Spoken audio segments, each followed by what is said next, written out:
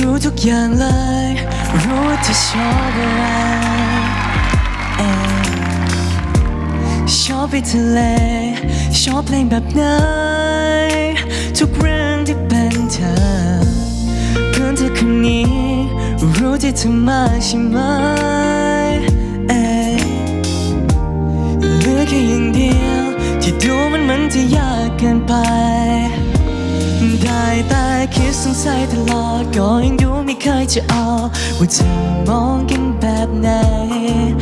ได้แต่คิดครั้งเดียวตลอดเก็บเอาไว้ไม่กล้าจะบอกสิ่งที่อยากรู้เธอยังมองฉันเป็นแค่เพื่อนคนหนึ่งหรือเปล่าเธอเคยเห็นอะไรหรือเปล่า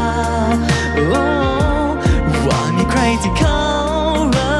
มเปลี่ยนไปพอมีทางเป็นมากกว่าเพื่อนหรือเปล่า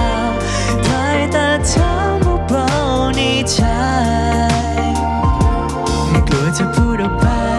แค่เพื่อนก็ไม่ได้เป็น